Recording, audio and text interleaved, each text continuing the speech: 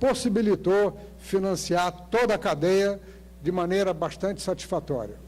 Um programa importante foi o do Instituto Nacional de Ciência e Tecnologia, e eu gosto de mostrar esse mapa porque ele demonstra a política vigente, que continua vigindo, como o secretário Luiz Elias disse, de distribuição, melhor distribuição geográfica da ciência e da tecnologia.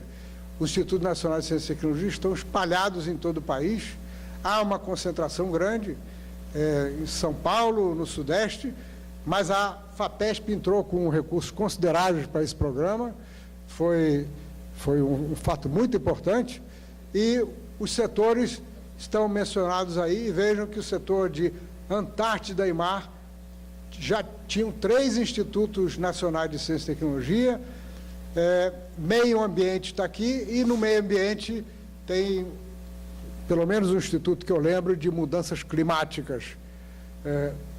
Está aqui um exemplo de ações que foram tomadas, voltadas para a questão da ciência do mar, em parceria com a Marinha. O Ministério da Ciência e Tecnologia, através do FNDCT, comprou um navio oceanográfico, que é utilizado, aliás, essa era a proposta, eu nunca mais tive contato com os oceanógrafos, espero ouvir falar sobre isso nessa reunião. A proposta é que uma parte do período do ano, o navio ia ser usado para a comunidade científica, que teriam projetos selecionados adequadamente, e foram feitos também, em 2010, foi feito um edital para criar mais 2 INCTs na área de mar. O fato é que o Brasil mudou muito. Nós tínhamos, em 1950, eu não coloquei o número, em 1950 nós tínhamos menos de 100 doutores ou pessoas com formação equivalente a doutor em todas as áreas do conhecimento. O número, em 2009, era aproximadamente 85 mil, sendo 77 mil nas universidades federais, estaduais, privadas, municipais, e 8 mil em centro de pesquisa e institutos tecnológicos. Nós temos também cerca de 65 mil mestres. Podemos dizer que a comunidade de pesquisa, doutores e mestres, é de aproximadamente 150 mil pesquisadores. É um número fabuloso comparado com o que nós tínhamos há 40 anos atrás. Mas como a nossa população é de 290 milhões de habitantes, isso representa 8 pesquisadores por 10 mil habitantes. Aqueles países que eu mostrei, eles têm de 2 a 3 pesquisadores por 10 mil habitantes. Então, nós precisamos ainda aumentar o esforço na formação de pesquisadores.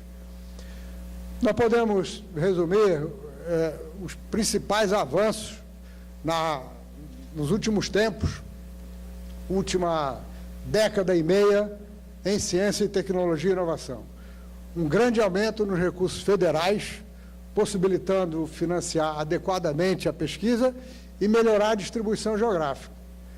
Uma substancial melhora na produção científica, tanto em termos numéricos quanto em termos de qualidade, medido pelas citações, e um notável avanço no ambiente de inovação nas empresas.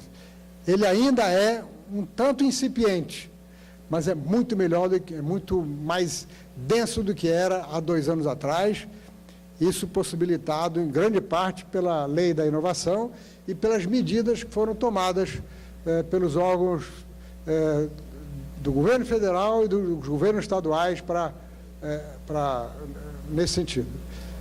Para mostrar a evolução dos recursos, eu gosto de mostrar esse desenho do FNDCT, que teve um pico aqui na década de 70, depois ele ficou patinando durante muito tempo, até que ele chegou a 3 bilhões e 100 mil reais em 2010. O orçamento do MCT, também com uma evolução contínua, esse sistema denso, robusto, tem formado cada vez mais mestres e cada vez mais doutores. Em 20 anos, o número de doutores passou de 1.000 para 13 mil. o número de mestres passou de 4 mil para uns 45 mil. É um aumento por um fator 10 em 20 anos e é uma situação que causa uma certa inveja a muitos países quando vem essa evolução no Brasil. A produção científica relativa também cresceu muito, como mostrada nesse desenho, o Brasil comparado com o mundo em termos relativos. Os investimentos em valores absolutos cresceram, tanto feito pelos estados quanto a União, quanto as empresas, mas em 2010 ele era ainda apenas 1,2% do PIB. O PIB brasileiro cresceu muito nesse período, então os recursos cresceram, mas o percentual passou de 0,9 para 1,2, que é um número pequeno. Eu mencionei que as empresas passaram a ter um grande incentivo por conta da lei, a partir da Lei da Inovação, e está aqui brevemente 3 avanços. Houve novos instrumentos financeiros para P&D, como a subvenção econômica, o crédito já havia, mas ele aumentou muito, os incentivos fiscais foram criados pela Lei do Bem, que é consequência da Lei da Inovação, tem um novo marco legal, foi criado um sistema para fazer articulação de empresas e universidades e foram criados incentivos para novas empresas de tecnologia, aquelas empresinhas que estão começando nas incubadoras e assim por diante. E nós podemos dizer que o Brasil tem hoje um sistema que se assemelha, que tem a configuração daquele que eu mostrei no começo, dos países desenvolvidos. O Cibratec está dando lugar à Embrap. A Embrap foi anunciada há 2 anos atrás como a Embrapa da inovação industrial, não está ainda completamente operacional, mas o Cibratec, ele existe, está com uma certa falta de recurso, mas ele está aí, e tenho ouvido com muita satisfação do ministro Raupp, do secretário Luiz Elias, que a Embrap vai ser a institucionalização aperfeiçoada do Cibratec, ou seja, todo o esforço que foi feito para montar o Cibratec, ele será não só aproveitado, ele será consolidado com esse político. A ciência brasileira passou a ganhar um certo destaque internacional. Vou mostrar algumas publicações. Essa de 2010 da revista Nature, esta de 2010 da revista Science, que é a Nature americana, foi um artigo de 7 páginas sobre a ciência brasileira.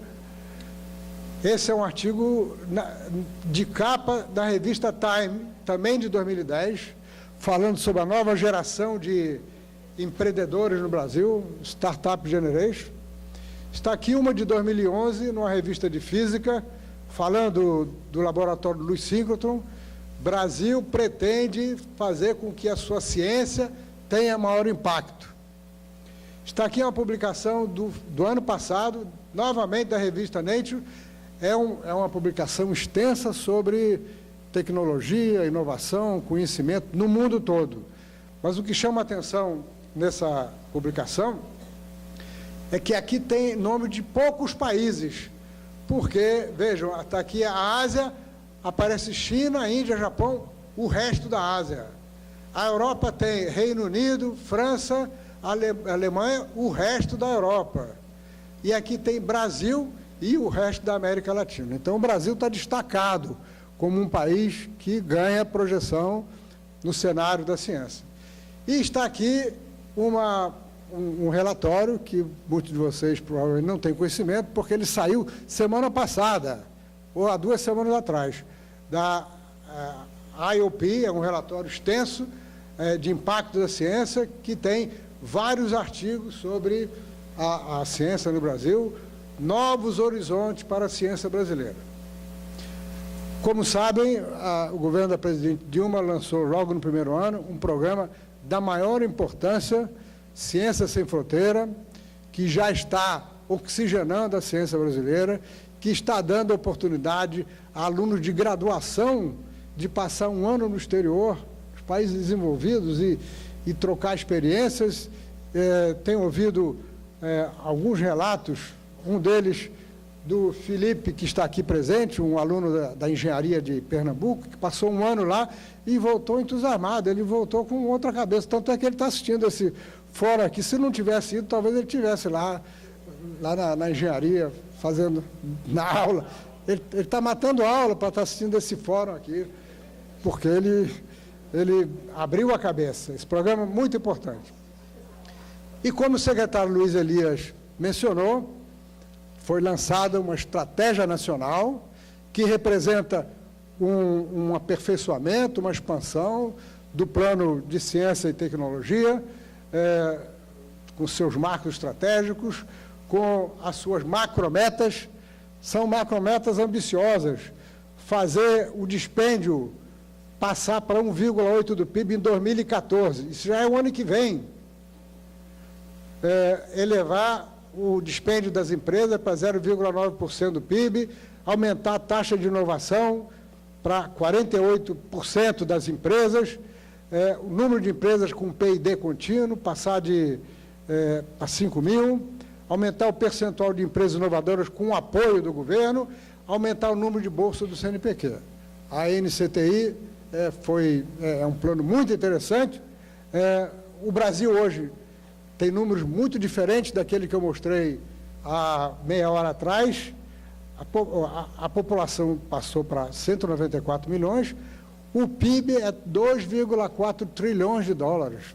Estamos entre os 10 primeiros, em 7º lugar, e com o PIB per capita aumentando, e as reservas brasileiras de 350 bilhões de reais. É um fato inusitado. O Brasil, que sempre foi devedor, sempre. Hoje o Brasil, internacional, hoje o Brasil é credor internacional. É um fato diferente. Porém, o PIB per capita ainda é limitado e, como sabemos, CTI ainda não são fatores decisivos para o desenvolvimento econômico. Tem um quadro muito interessante, mas não posso deixar de mencionar aqui.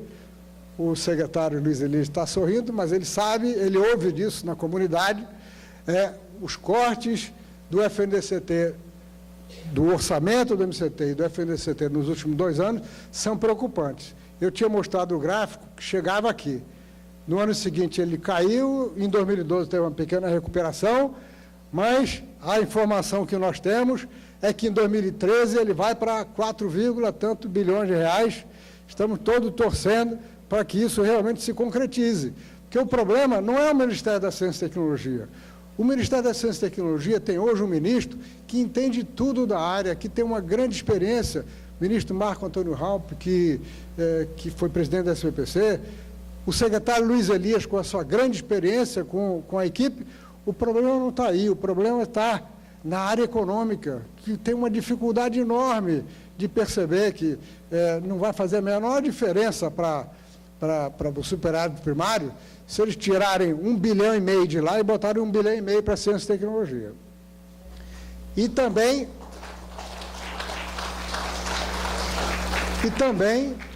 tem algumas outras preocupações da comunidade científica. Várias têm a ver com a falta do FNDCT. Eu tenho a informação de que acabou de ser lançado o edital universal do CNPq, mas tem pessoas que tiveram projeto aprovado no edital do ano passado e que não receberam recursos.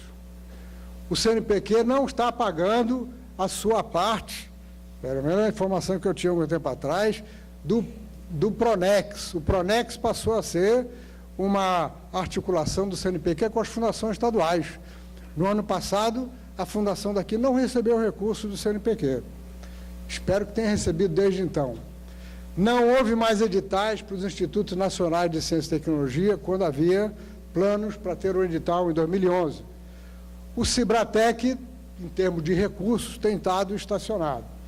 E, finalmente, este é um retrocesso que o MCT não tem diretamente a ver, mas que nós precisamos reverter e estamos em campanha. A deputada Luciana Santos já combinou comigo que eu vou falar com ela no intervalo, porque eu comecei a falar com alguns deputados. Hoje, deputada, houve uma greve no ano passado, uma greve capitaneada. A greve tinha um motivo que fez ela espalhar. os salários estavam parados. Mas alguns dos pleitos da associação docente eram absurdos. Um deles era o seguinte: o professor poder chegar a titular sem ter o doutorado. Ou seja, são pessoas que não têm maiores condições, mas que querem chegar ao final da carreira. O fato é o seguinte: o governo fez às pressas um projeto de lei, o Ministério do Planejamento impôs uma regra que vale para todo o serviço público, que a entrada na carreira é pelo nível mais baixo. E o sistema aceitou. E esse projeto foi aprovado pelo Congresso por voto de liderança nos últimos dias de dezembro. As pessoas só foram perceber que ele existia agora que foram fazer o concurso. Qualquer doutor só pode fazer concurso para auxiliar de ensino. Os doutores entram como auxiliar de ensino. Porque a lei diz o seguinte: a admissão é feita no nível mais baixo. E a condição para admissão é ter o título de graduação. Resultado: eu estava no Rio Grande do Sul semana passada, eles anunciaram um concurso para auxiliar de ensino, a condição é ter o nível, o diploma de graduação. Se inscreveram 100 pessoas, 100. Dos 100, menos de 20 têm um doutorado. Mas o departamento vai ter que fazer um concurso para 100 pessoas, com aula, com tese, com assim por diante. É realmente um retrocesso muito grande, e há um movimento na comunidade científica, com manifestos e assim por diante, para reverter isso através de uma medida provisória. Estou terminando, só faltam 3 slides, acho que estou dentro do meu tempo ainda, 1 minuto, né, futebol, não acho? Todos esperamos que essas dificuldades atuais que eu quero mencionar sejam rapidamente superadas e que o Brasil possa alcançar em 2022 as metas que foram amplamente discutidas na 4ª Conferência Nacional de Ciência, Tecnologia e Inovação. Ampliar pesquisa e desenvolvimento para 2 a 2,5% do PIB, isso em 2022, sendo metade das empresas, dobrar o número de bolsas anos concedido pelo CNPq e pela CAPES, atingir 450 mil pesquisadores, que vai representar exatamente 2 por 1.000 habitantes, 2 por 1.000 habitantes, exatamente, alcançar 5% da produção científica mundial, triplicar o número de engenheiros formados. E ontem eu li uma matéria no jornal que me deixou muito satisfeito. Eu espero que os advogados não fiquem aborrecidos com isso. Mas eu acho que foi na Universidade de São Paulo, uma universidade em São Paulo, o número de vagas para o curso de engenharia ultrapassou o número de candidatos para o curso de engenharia, ultrapassou o número de candidatos para direito. Essa é uma grande novidade. Os advogados são muito importantes, mas os engenheiros são muito importantes também, não podemos deixar de ter engenheiros. Multiplicar por 10 o número de empresas inovadoras, multiplicar por 10 o número de patentes por ano, ter um programa nuclear com independência tecnológica, ter um programa espacial com independência tecnológica. E, para concluir, foi feito um grande progresso nos últimos 40 anos em ciência e tecnologia, e a sociedade brasileira, ou uma parte da sociedade, sabe o que tem que fazer para a ciência e tecnologia se tornar realmente importante para o Brasil.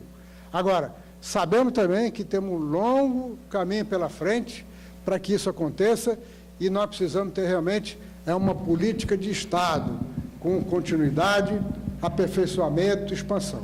Nos agradecimentos, eu quero dizer que nós estamos aqui hoje, participando desse encontro preparatório, porque o professor Jacó Palles, que é o presidente da Academia Brasileira de Ciências, fez um esforço monumental para fazer com que esse fórum viesse para o Brasil.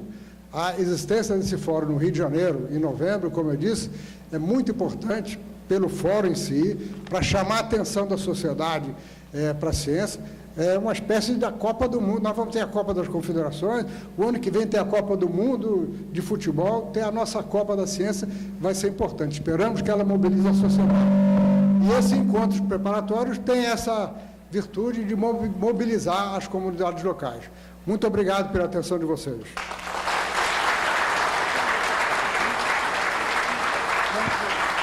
Obrigado.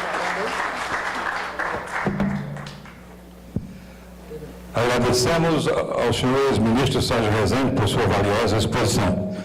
Comunicamos que agora teremos um coffee break de 15 minutos.